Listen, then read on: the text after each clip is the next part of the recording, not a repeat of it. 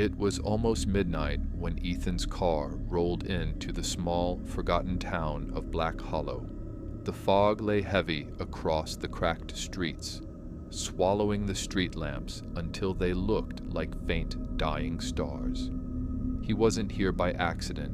His late uncle had left him an old Victorian mansion at the edge of town, a strange gift from a man he barely remembered. The house stood waiting at the end of a lonely road, 3 stories tall, with broken shutters that creaked in the cold wind. The roof sagged, ivy crawled over the walls, and a faint orange light flickered inside. Ethan frowned. He was sure no one else should be here. He stepped inside, and the door groaned shut behind him. The air smelled of dust, mold, and something else, faintly metallic like blood. The hallway stretched into darkness, lined with portraits of strangers whose painted eyes seemed to follow his every move. Ethan told himself it was just old paint, old wood, old air. But the floorboards beneath his boots seemed to sigh, as if something beneath the house was breathing. The first night, he stayed in the downstairs study. The flickering light came from an oil lamp already lit on the desk. He hadn't touched it. There was a journal there, its leather cover cracked with age. Inside, the writing slanted wildly, sometimes in ink, sometimes in something darker. They watch from the walls. They know when I sleep. They whisper my name. He closed it quickly. Just some rambling from his uncle, he thought. Then he heard it. A voice. Not from the hall, not from upstairs, from inside the wall right behind him. A slow, drawn-out whisper. Ethan. He froze. The whisper came again, a little louder, like breath sliding through wood. The second night, it got worse. He had explored the first 2 floors, finding nothing but dust, cobwebs, and furniture covered in white sheets. But on the 3rd floor, there was a locked door at the end of the hall. Its wood was darker, almost black, and it was colder there. The keyhole looked warped, like something had tried to force its way out. That night, the whispering didn't stop.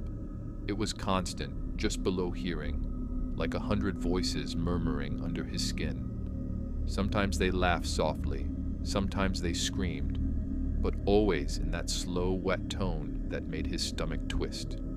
At 3:07 a.m., the whispering stopped. Silence. Then footsteps. Not on the floor above, not in the hall, inside his room. He could feel the floorboards shift with each slow step. His breath caught, his pulse slammed against his ribs.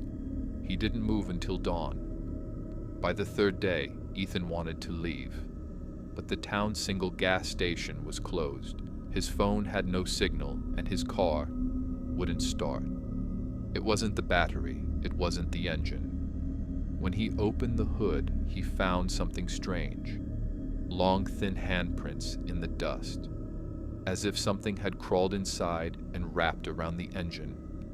That night, the locked door upstairs rattled, not violently, but like someone or something was testing it, slowly, patiently. He put a chair under his bedroom door handle and stayed awake. But at some point, exhaustion dragged him into sleep. When he woke, the chair was gone, and the locked door upstairs was open. The 4th night, Ethan decided to end it. He packed his bag, grabbed a crowbar, and headed for the attic door. Whatever was here, he'd face it and be done. The attic was wrong. The air was wet and warm like a giant mouth. The wood was slick beneath his shoes, and on the far wall there was a hole, perfectly round, big enough for a person to crawl through. He stepped closer, the crowbar shaking in his hands. From inside the hole, dozens of pale hands shot out, grabbing his arms, his throat, his legs. Faces pressed through the wood like it was skin. Wide eyes, open mouths, teeth clicking. The whispers became screams. He fought, swinging the crowbar, but for every hand he broke free from, Another clawed into him. They pulled him into the hole, into the dark, into something wet and endless. Ethan woke up on the study floor, gasping. Morning light spilled through the window. His bag was still there. His car keys were in his pocket. Had it been a nightmare? Number, because on his arms, his legs, and his throat, there were bruises. Thin and perfect, shaped like fingers. From that day on, Ethan never left the house, because the whispers wouldn't let him. And sometimes, at night, when the fog rolls thick over Black Hollow, you can hear them too, calling your name from somewhere deep inside the walls. The storm outside hadn't stopped. It was as if the clouds themselves had decided to trap the world in darkness. The rain hit the old wooden house like bullets, each drop echoing in the empty corridors. You thought the worst was over. You thought surviving the night before meant the nightmare had ended, but you were wrong, because the real horror had only just begun. You wake up to the sound of something scraping against the floor. It's faint, slow, deliberate, like someone dragging a chair or a body. You force your eyes open. The candle you lit before sleeping has burned down to nothing. The room is pitch black. Your heart starts pounding. You know you're not alone. Then, the scraping stops. Silence. Dead silence. You slowly sit up, every muscle tense. Your breath comes out in short bursts, and then you hear it. A whisper, right next to your ear. You shouldn't have stayed here. You spin around, but there's nothing, just darkness. You grab the old flashlight from the floor and switch it on. The beam cuts through the black, revealing the dusty floorboards and peeling wallpaper. Everything seems normal, until you notice the wet footprints. They start from your bed and lead out of the room. But here's the problem. The footprints are too big to be yours. You follow them slowly, your flashlight trembling in your hand. The sound of rain and thunder fills the hall, but beneath it, you can hear something else.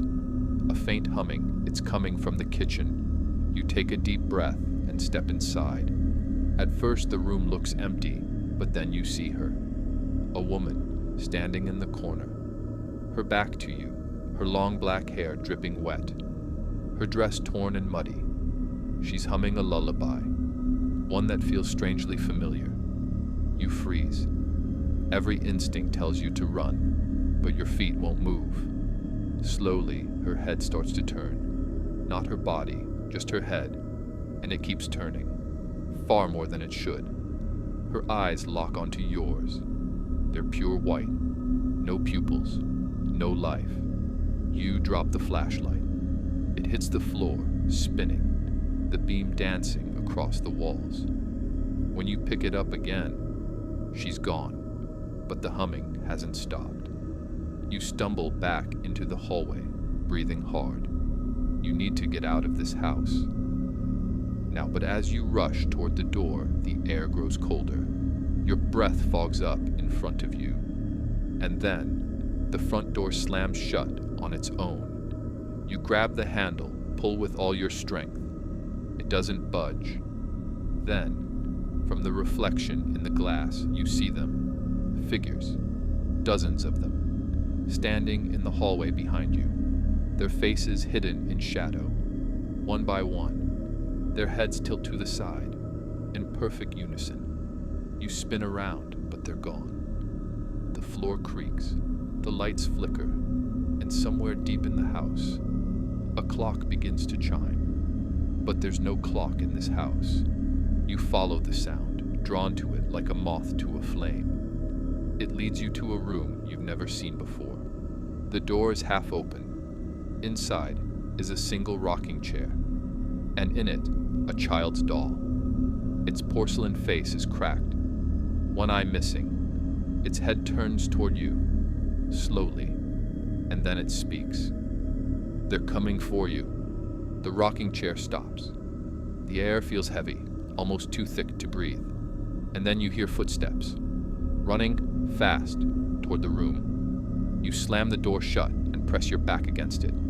The footsteps stop. Then, a knock, slow, steady. "Let us in." You don't answer. The knock turns into pounding. The pounding turns into scratching. Long, sharp scratches, like claws on wood. You grab the nearest thing you can use as a weapon, a rusted iron poker from the fireplace. The scratching stops. Silence again. You take a shaky breath. And then the door bursts open. But there's no one there. The hallway is empty. You step out and find yourself standing in front of a mirror. Only, your reflection isn't moving. It just stands there, smiling. A smile far too wide to be yours. You lift your hand. The reflection doesn't. Then it whispers, with your voice, "You're already dead." The mirror shatters. You fall back, glass slicing your arms. But when you look up, you're no longer in the house. You're in the middle of a forest.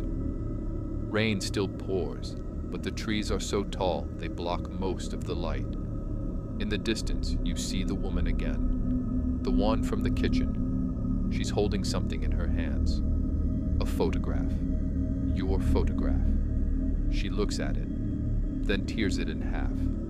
And suddenly, you feel it. A burning pain in your chest, as if something inside you just broke. You try to run, but the forest feels endless. The sound of whispers follows you, circling you. You can't see them, but you know they're close. Branches grab at your clothes, your hair. The ground beneath you turns to mud, slowing you down. And then, you trip. When you look up, you see a small cabin. Its windows glow with faint candlelight. You crawl toward it, desperate for shelter. Inside is a single table, and on it, a book. Its pages are filled with names. Some are crossed out. Some are written in red, and at the very bottom is your name. The candle goes out. The room plunges into darkness. You hear footsteps behind you. Slow, measured. You turn and see her again. But this time, she's closer. Her skin pale as bone. Her mouth sewn shut. She reaches for you. Her fingers long and sharp like knives. And as she touches your face, you hear it. Not with your ears, but in your mind. You can never leave. The world around you begins to fade. The cabin melts into shadow. The floor disappears beneath your feet. And you realize you're falling into blackness, into a place where there's no sound, no light, no escape. Your last thought before everything goes silent is that this nightmare was never about the house. It was about you, and they've been waiting for you all along.